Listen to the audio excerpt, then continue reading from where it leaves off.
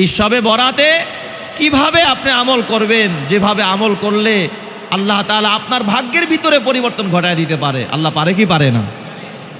এমন কিছু আমলের কথা বলবো, যে আমলগুলো যদি আপনি করতে পারেন, আশা করি আল্লাহ তাআলা আপনার ভাগ্যের ভিতরে পরিবর্তন ঘটায় দিবে। সারা জীবন অভাবেই থাকে, সারা জীবন বিপদেই থাকে, অথচ আপনার দোয়া আপনি অনেক সময় করেন, অনেক সময় চান, আপনি পান না। কিভাবে চাইলে, কিভাবে দোয়া করলে, কিভাবে বললে, কিভাবে আমল করলে আপনি দুনিয়াতেও কামিয়াব হবেন, পরকালেও কামিয়াব হবেন, এমন কিছু কথা আমাদের জানা দরকার আছে না নাই? সবাই আছে না নাই? আছে। তো বিশেষ করে যদি কেউ 4টা আমল করতে পারে, কয়টা আমল? 4টা। এই শবে বরাতে যদি বিশেষ 4টা আমল করতে পারে, রব্বুল আলামিন তার ভাগ্যের ভিতরে অবশ্যই পরিবর্তন এনে দিবে। যদি কেউ 4টা আমল করতে পারে। আমরা ওই যে অনেকে মনে হয় জন্মের পর থেকে কপালে লেখানছি রিস্কা চালানি, বাপেও রিস্কা চালায়, তো ছেলেও রিস্কা চালায়, নিয়ত করছে পোলায়ও রিস্কা চালাবে। ঠিক না ব্যাঠিক? যারা কারণ পরিবর্তন হওয়ার দরকার আছে না নাই? আর কত রিস্কা চালাবেন বলেন? আর কত এত অভাব বলবেন? আর কত এত মানুষের দ্বারস্থ হবেন? এখন তো সময় কি আর হয় নাই রবের দ্বারস্থ হওয়ার? এই জন্য 4টা আমল শবে বরাতে যদি 4টা আমল করেন, এ আমার বাজার, আপনার ভাগ্যের চাকা ঘুরায়া দিবে কে? সবাই বলেন কে? আল্লাহ। যদি আপনি এই বিশ্বাসের সাথে আত্মবিশ্বাস নিয়ে 4টা আমল করতে পারেন, এই জন্য আজকে থেকে বিশেষভাবে পণ করেন, এখন থেকেই শুরু করে দেন, 4টা আমল আমি জীবনও কখনো ছাড়ব না। ভাগ্যের চাকা ঘুরে যাবে। 1 নম্বর আমল হলো আল্লাহর প্রতি পূর্ণ আস্থা রাখা। আল্লাহর প্রতি পূর্ণ আস্থা রাখা, পূর্ণ তাকওয়াবান হয়ে আল্লাহর কাছে কিছু চাওয়া। কেউ যদি আল্লাহর প্রতি পূর্ণ আস্থা আর বিশ্বাস রেখে এবং আল্লাহকে পুরাপুরি ভয় করে কোনো কিছু চায়, তাহলে আল্লাহ তাআলা ওই মানুষের জন্য আসমান আর জমিনের বরকতের দুয়ার খুলে দেয়। জোরে কোন সুবহানাল্লাহ। এর দলিল আল্লাহ কোরআনে বলছে। আল্লাহ তাআলা বলেন, ওয়ালাউ আন্না আহলাল কুরা আমানু ওয়াত্তাকাউ লাফাতাহনা আলাইহিম বারাকাতিম মিনাস সামাই ওয়াল আরদ। আল্লাহ তাআলা বলে, যদি কোনো বান্দার, কোনো বান্দি আল্লাহর প্রতি পূর্ণ আস্থা রেখে, পূর্ণ বিশ্বাস রেখে, পূর্ণ ঈমান রেখে এবং আল্লাহকে যদি ভয় করে, আল্লাহর ভয় নিয়া, পূর্ণ ঈমান নিয়া, পূর্ণ তাকওয়া নিয়া আল্লাহর কাছে কোনো কিছু চায়, আমার আল্লাহ তার জন্য আসমানের বরকতের দুয়ার খুলে দেয়, জমিনের বরকতের দুয়ার খুলে দেয়। ও এত বরকত পাবে, নিয়াও কুল পাবে না। চিৎকার মেরে কান্না আল্লাহু আকবার।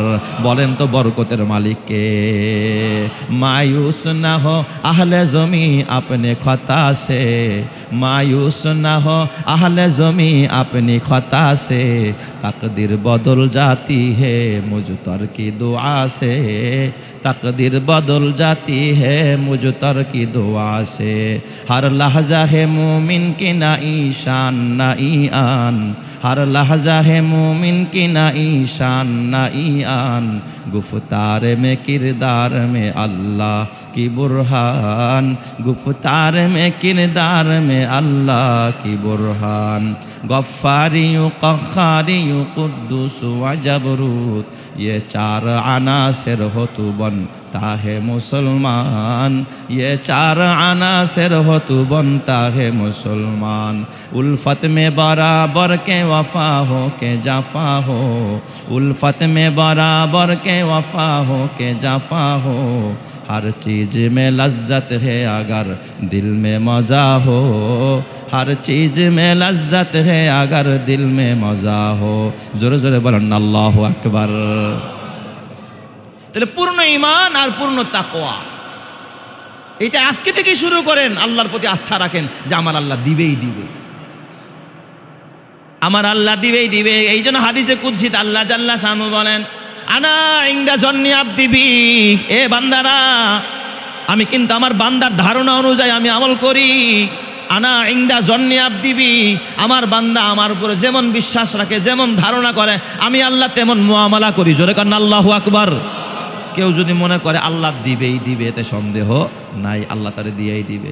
আর যদি কয় দিতেও পারে, নাও দিতে পারে, দ্বিতীয় পারে, নাও দিতে পারে।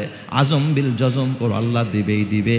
আনা ইংদা জন্নি আবদিবি, আমার বান্দা আমার প্রতি যেমন ধারণা করে আমি আল্লাহ তার সাথে তেমন মুআমালা করি। জোরে কন্না আল্লাহু আকবার। তাহলে 1 নম্বর বললাম পূর্ণ ঈমান, পূর্ণ তাকওয়া নিয়ে আমল করব। পারবো তো ইনশাআল্লাহ? এই সবাই পারবো তো ইনশাআল্লাহ? কয় আমলের কথা? 4 আমল। 4 আমল করলে ভাগ্যের চাকা আল্লাহ ঘুরাইয়া দিবে ইনশাআল্লাহ। পূর্ণ ঈমান আর পূর্ণ তাকওয়া নিয়ে আমরা আল্লাহর কাছে চাবো। 2 নম্বর যে আমল করলে আল্লাহ ভাগ্যের চাকা ঘুরাইয়া দিবে, ওই আমলটা কি জানেননি? এ আমার বাবা, আল্লাহর কাছে কায় মনোবাক্যে দোয়া করা। না চাইলে মাও দেখবেন দুধ দেয় না, ঠিক না ব্যাঠিক? চাইতে হবে, চাইলে দিবেন কে? আল্লাহ তাআলার কোরআন সাক্ষী দেয়, উদউনি আস্তাজিব লাকুম। হে বান্দা, আমার কাছে চাও, তুমি চাইতে দেরি হবে, আমি তো এমন এক রব দেওয়ার জন্য দরজা খোলা বসা রইছি। আমার কাছে চাইবা, রোগ নিয়ে আইবা, রোগ সারায়া দিমু। গুনাহ নিয়ে আইবা, গুনাহ মাফ করে দিমু। আমার কাছে রিজিকের অভাব নিয়ে আইবা, ভিক্ষার থালটা নিয়া। মানুষের দ্বারস্থ হয়ও না, নেতার কাছে যায়ও না, পাবলিকের কাছে যায়ও না, দোকানে দোকানে ঘুরো না, বাজারে বাজারে ঘুরো না।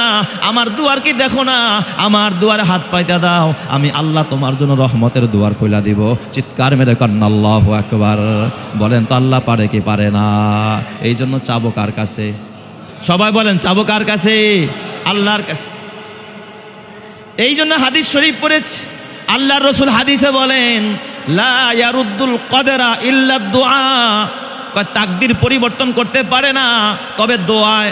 কেউ যদি দোয়া করতে পারে, কায় মনোবাক্যে দোয়া করে, আল্লাহ কেন দিবা না? রোগ কেন সারাইবা না? অপারেশন কেন করাইবা? অপারেশন আমি করব না, আল্লাহ রোগটা সারাইয়া দাও। দিবা, তুমি পারো, কেমনে পারবা আমারে দেখায়া দাও। ঈমান আর তাকওয়া নিয়া আল্লাহর কাছে যদি চাইতে পারো, আমার আল্লাহ সুস্থতার নিয়ামত দিবেই দিবে, কোনো সন্দেহ নাই। কথা ঠিক না ব্যাঠিক? জোরে কর। তাহলে চাবো কার কাছে? আল্লাহর কাছে। এই চাওয়াকে আরবিতে বলা হয় দোয়া। চাওয়াকে আরবিতে বলা হয় কি? দোয়া। দোয়া মানে চাওয়া, দোয়া মানে ডাকা, দোয়া মানে আহ্বান করা। আল্লাহ দাও, আল্লাহ দাও, আল্লাহ দাও। দেখবেন বাচ্চায় গানার গানার করতেই থাকে, বাবা চকলেট খাবো, বাবা চকলেট খাবো। বাবায় খুশিতে হোক আর বেজার হইয়া হোক, বাবায় কিন্তু সন্তানরে চকলেট না দিয়া পারে না। তুমিও আল্লাহর কাছে চাও, আল্লাহর কাছে চাইতে থাকো, আল্লাহর কাছে চাইতে থাকো। মাঝে মাঝে উসিলা দিয়া চাইবা, মাঝে মাঝে উসিলা দিয়েও চাইতে হয়। এই জন্য আল্লাহ তাআলা বলে, ইয়া আইয়ুহাল্লাযীনা আমানুত্তাকুল্লাহ ওয়াবতাগু ইলাইহিল ওয়াসিলা। উসিলা দিয়া চাও, আল্লাহ গো, জীবনে যদি কোনো একটা ভালো কাজ করে থাকে, এই উসিলায় আমারে মাফ করে দাও। আল্লাহ আমার এটা দাও, আল্লাহ আমার ওটা দাও। আল্লাহ গো, এ আমার বাবা ওই যে গুহার ভিতরে 3 যুবক আটকা পড়েছিল, উসিলা দিয়া দোয়া করছে, আল্লাহ পাথর সরায়া মুক্তি দিয়া দিছে। তুমিও যদি উসিলা দিয়া চাইতে পারো, আমার আল্লাহ তোমাকে মাফ করে দিবে। জোরে কোন সুবহানাল্লাহ। কোরআনের উসিলায় দোয়া করো, ভালো একটা নেক আমলের উসিলায় দোয়া করো, আল্লাহ তাআলা তোমার দোয়া কবুল করে নেবে। তাহলে 2 নম্বর আমল কি করতে হবে বলেন তো? দোয়া করতে হবে। কায় মনোবাক্যে দোয়া করবেন, তাহলে তাকদির পরিবর্তন করে দিতে পারে আল্লাহ। আল্লাহ লেখছে যে ওর কপালে শনি আছে, কিন্তু আপনি এমনভাবে দোয়া করছেন, আল্লাহ তাআলা কয় না, যা এই শনিটা আমি সরায়া দিলাম, এই দুর্দশার আমি সরায়া দিলাম, ওর বিপদটা আমি দূর করে দিলাম, আমি ওর জন্য রহমতের ফয়সালা করে দিলাম। জোরে কোন সুবহানাল্লাহ। দোয়া করবেন তো ইনশাআল্লাহ? ইনশাআল্লাহ আল্লাহ কবুল করুক। জোরে কোন আমিন। কয়টা গেল? 2টা। 3 নম্বর আমল, 3 নম্বর আমল, যে আমল করলে আপনার ভাগ্যের চাকা ঘুরে যাবে, সেটা হলে আমার বাবা বেশি বেশি করে দান সদকা করা। বেশি বেশি করে দান সদকা করা, এটা শুধুমাত্র জীবনের একবার নয়, জীবনে 1 মাস নয়, প্রতিনিয়ত নামাজ যেমন ডেলি পড়তে হয়, এ আমার বাবা হালাল খানা যেমন ডেলি খাইতে হয়, ঠিক তেমন কিছু কিছু দান খয়রাত সব সময় করতে হয়। দান করলে আল্লাহ তাআলা তাকদির পরিবর্তন করে দেয়। হাদিস শরীফের মধ্যে আসছে, সহিহ হাদিস, আল্লাহর নবী বলেন, আস-সাদকাতু তুতফিউ গাদাবার রব্বি ওয়া তাদফাউ মিতাতাসু। কেউ যদি সদকা করতে পারে, কিছু কিছু দান করতে পারে, আল্লাহ তাআলার গোসা প্রশমিত হয়, আল্লাহ তার প্রতি রাজি হয়ে যায়। যেই বান্দা কিছু দান করলো, গরিবের হাতে যেই 2টা টাকা দিচ্ছে, গরিব খুশি হয়ে গেছে, আল্লাহর প্রতি রাজি হয়ে গেছে। সুবহানাল্লাহ কোন সবাই। আল্লাহ যদি কারো প্রতি রাজি হয়, কোনো বিপদে তার আটকাইতে পারবে? কোনো মুসিবত আটকাইতে পারবে? রাস্তাঘাটে অ্যাক্সিডেন্ট হবে? হবে না। আল্লাহ তো তার প্রতি রাজি আছে। দান করলে এটা যারাই দেন, আপনি ভিক্ষুকরেও দিতে পারেন, গরিবরেও দিতে পারেন, যেখানে খুশি সেখানে দিবেন। দান করলে আল্লাহ খুশি হয়ে যায়। হাজার হাজার কোটি টাকা যদি নাও থাকে, 2 টাকা পারলে 2 টাকা দিবেন। কেউ যদি পকেটে মনে করেন কিছু ভাঙতি টাকা এই নিয়তে রাখছে, 5 টাকা 10 টাকার নোট, যে ভিক্ষুক আইসা চাইলে যেন আমি এই টাকাটা দিতে পারি, কিন্তু রাস্তা দিয়ে হাঁটছে, কোথাও দেওয়ার সুযোগ পায় নাই। এই যে নিয়ত করে বের হয়েছে, আল্লাহ তাআলা এই নিয়তের বদৌলতে তার বিপদ আপদ দূর করে দিবে। সুবহানাল্লাহ। আরেক হাদিসে আসছে, আল্লাহ রসুল বলেন, as-sadaqatu তারুদ্দুল বালা ওয়া তাজিদু ফিল উমরি, নিশ্চয় সাদকা মানুষের বালা মুসিবত দূর করে দেয়। আল্লাহ তাআলা তার হায়াতে বরকত দিয়া দেয়, হায়াতে বরকত দিয়া দেয় দান করলে। দান একটা ইবাদত, দান একটা ইবাদত। যে যত বেশি দান করবেন, 1 হাত দিবে আর 1 হাত জানবে না, গোপনে গোপনে দিয়ে আসবেন। এক গরিবরে গোপনে দিয়ে আসবেন, অসহায় মানুষকে দিয়ে আসবেন, অসহায় মানুষের ঘরে 1 বস্তা চাউল কিনা দিয়ে আসবেন। জীবনে সে কল্পনাও করতে পারে না এই চাউলটা আমি পাবো। অসহায় মানুষ, আপনি জানেন যে বিধবা নারী, ঘরে খাওয়ার দেওয়ার মতো মানুষ নাই, ছোট ছোট বাচ্চা নিয়ে মাঝে মাঝে এত বড় বিপাকে পড়ে যায়। হারে, এই গরিবের পাশে যদি দাঁড়াইতে পারেন, আরশের মালিক আপনার হায়াতে বরকত দিবে, আমলে বরকত দিবে, রিজিকে বরকত দিবে, যেই বরকত নিয়ে আপনি কোনোদিন কুল পাবেন না। সুবহানাল্লাহ। এর দ্বারা আল্লাহ ভাগ্যের চাকা ঘুরাইয়া দিবে আপনাকে। এটাও ভাগ্যের চাকা ঘুরানোর একটা আমল। 4 নাম্বার, যে আমল করলে ভাগ্যের চাকা ঘুরে যায়, আল্লাহ ভাগ্যের চাকা ঘুরাইয়া দিবে, সেটা হলো বেশি বেশি ইস্তেগফার করা, তওবা করা, আল্লাহর কাছে গুনাহ থেকে ক্ষমা চাওয়া, আল্লাহর কাছে মাপ চাওয়া। আল্লাহর কাছে যদি কেউ ক্ষমা চায়, গুনাহ মাপ চায়, আল্লাহ তাআলা তার জন্য আসমান থেকে বরকত দিয়া দেয়, জমিন থেকে বরকত দিয়া দেয়, ফসলে বরকত দিয়া দেয়, সন্তানে বরকত দেয়, ব্যবসা প্রতিষ্ঠানে বরকত দেয়, দোকানে বরকত দেয়, ছেলে মেয়ে বরকত দিয়া দেয়। আল্লাহ তাআলা নদ নদীর মধ্যে পানি বাড়ায়, পুকুরের মধ্যে মাছ বাড়ায়া দেয়। আল্লাহ এমন বরকত দিবে যা বান্দা কোনোদিন কল্পনা করবে না। চিৎকার মেরে কন্না আল্লাহু আকবার। আমাদের এলাকার ভিতরে এক বিধবা নারী, অসহায়, গত কয়েক বছর আগে হাওরের ভিতরে একটা ছোট্ট কাঁচার মতো একটা কুয়ার মতো জায়গা, ওখানে তার কিছু সম্পদ আছে, যেখানে ধানও লাগাইতে পারে না। অন্যরা অনেক ফসল করছে, অনেক ফসল করছে, ফসল হয়, কিন্তু বিধবা নারীর কিচ্ছু নাই। কিন্তু এই জায়গায় একটু পানি জমা ছিল। আল্লাহ তাআলা যে এই জায়গার ভিতরে এত টাকা ঢুকায়া রাখছে, সে কোনোদিন কল্পনাও করতে পারে নাই। এই নারী একসময় পানি যখন কমছে, জেলে দিয়া ওই জায়গাটা মাছ ধরাইছে। আল্লাহ তাআলা ওই এক জায়গার ভিতরে 50,000 টাকার মাছ মিলাইয়া দিছে। যেরকম সুবহানাল্লাহ। যা মানুষ কয়েক বিঘা থেকে পায় না, এটা বরকত দেওয়ার মালিক আল্লাহ। কোত্থেকে দিবে এটা আল্লাহই জানে, অন্য কেউ জানে না। এই জন্য বেশি বেশি ইস্তেগফার করা। আল্লাহ তাআলা কোরআনুল কারীমে কওমে নূহকে আল্লাহ জানায় দেয়, ফাকুলতু ইস্তাগফিরু রাব্বাকুম ইন্নাহু কানা গফফারা। তুমি তোমার কওমকে বলো তারা যেন ক্ষমা চায়, ক্ষমা চাইলে আল্লাহ তাআলা তাদেরকে মাফ করে দিবে। 1 নম্বরে ফায়দা, ফাকুলতু ইস্তাগফিরু রাব্বাকুম ইন্নাহু কানা গফফারা ইউরসিলিস সামাআ আলাইকুম মিদরারা। আল্লাহ তাআলা আসমান থেকে মুষলধারে বৃষ্টি দেয়া দিবে। ওয়া ইউমদিদুকুম বিআমওয়াল, আল্লাহ মাল বাড়ায়া দিবে, ধনী বানায়া দিবে। সুবহানাল্লাহ বলেন সবাই। আল্লাহ কি বাড়ায়া দিবে? মাল বাড়ায়া দিবে, ধনী বানায়া দিবে। আপনারা তো এটাই চান, মাল বাইরা যাক, ধনী হয়ে যাই, সুখে থাকি, বিপদ না হোক। আল্লাহ কয় ইস্তেগফার করো, ওয়া ইউমদিদুকুম বিআমওয়াল, আমি মাল বাড়ায়া দিব, ভাগ্যের চাকা ঘুরাইয়া দিব, আর রিস্কা চালাইতে হবে না, আমি আল্লাহ তোরে বসায়া খাবার মতো ব্যবস্থা করে দিম। জোরে কোন সুবহানাল্লাহ। আল্লাহ পারে কি পারে না? এটা কি আমার বানানো কথা না কোরআনের কথা? ইউমদিদুকুম বিআমওয়াল, আল্লাহ কয় মাল বাড়ায়া দিম, ওয়া বানিন, ঘরে সন্তান হয় না, সন্তান বাড়ায়া দিমু, ছেলে হয় না, ছেলে বাড়ায়া দিমু।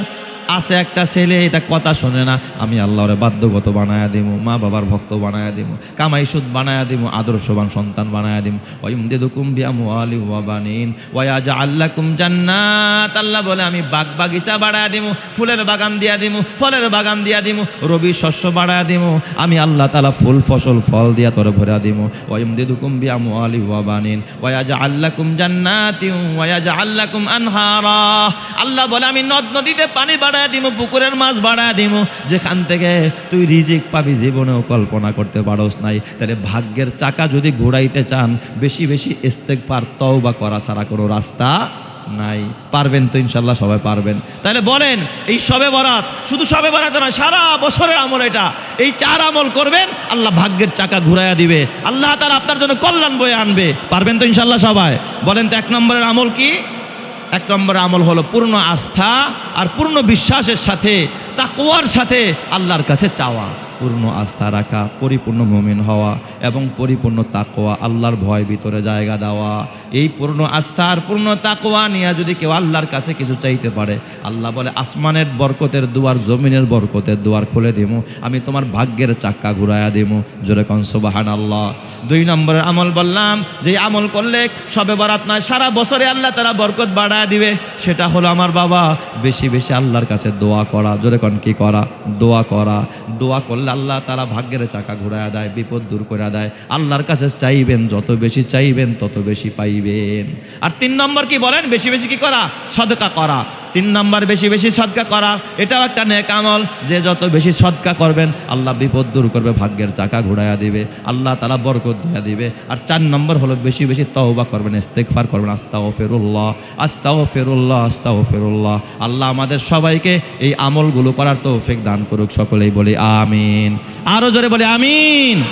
হ্যাঁ, তবে সুনির্দিষ্ট কোনো ইবাদত এই শবে বরাত উপলক্ষে নাই যে 12 রাকাত নামাজ পড়তে হবে, 200 রাকাত নামাজ পড়তে হবে, সূরা ইখলাস 3 বার, সূরা ফাতিহা 4 বার, এই রকমের সুনির্দিষ্ট কোনো ইবাদত নাই। আপনি এই শবে বরাতে ঘরে বসেও ইবাদত করতে পারবেন, মসজিদে গিয়েও ইবাদত করতে পারবেন। অনেকে আমরা মনে করি না রে, ঘরে বসে ইবাদত করা যাবে না, এটা ভুল ধারণা। আপনি চাইলে ঘরে বসেও ইবাদত করতে পারবেন, চাইলে মসজিদে গিয়েও কি করতে পারবেন?